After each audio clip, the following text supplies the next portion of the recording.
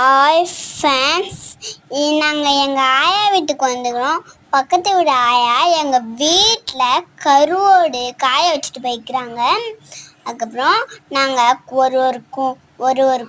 ஒரு குண்டானில் அந்த கருவோடெலாம் எடுத்து மறைய வச்சுட்டோம். அதுக்கப்புறம் எங்கள் ஆயா அந்த ஆயாவை கூப்பிட்டாங்க.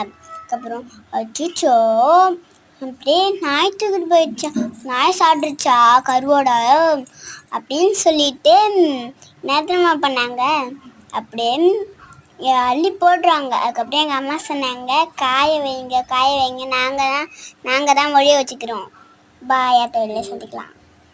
கருவோட பேரா கார பொரிவா ஓட்டாம்பாறை. சூப்பராக இருக்கும் எங்கள் ஆயா குழம்பு வச்சா.